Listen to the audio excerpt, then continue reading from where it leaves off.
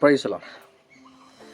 ഒരിക്കലും ഒന്നിക്കാത്ത വിധത്തിൽ അറ്റുപോയി കിടന്ന അസ്ഥികളെ നോക്കി യെഹെസ്കേൽ പ്രവാചകൻ യഹോവയുടെ വചനം പ്രസ്താവിച്ചപ്പോൾ ആ അസ്ഥികൾ ഒരുമിക്കാനിടയായി.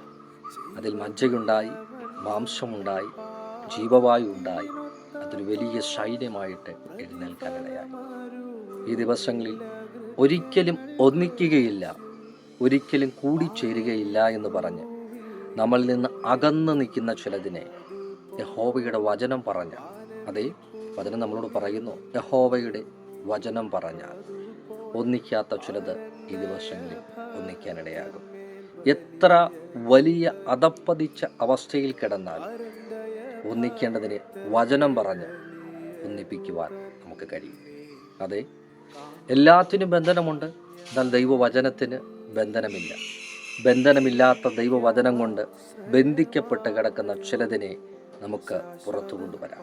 അത് ഈ ദിവസങ്ങളിൽ അങ്ങനെ ഒരിക്കലും ഒന്നിക്കുകയില്ല എന്ന് പറഞ്ഞ് വാദഗതി ഉയർത്തി നിൽക്കുന്ന ബന്ധങ്ങൾ പലതും ഒന്നിക്കുവാൻ വേണ്ടി പോകുന്നു. കൂടിച്ചേരുവാൻ യാതൊരു ചാൻസും ഇല്ല എന്ന് പറഞ്ഞ് വിധി എഴുതിയ ചില ബന്ധങ്ങൾ വചനത്തിൽ കൂടെ വീണ്ടും കൂടിച്ചേരുവാൻ വേണ്ടി പോകുന്നു.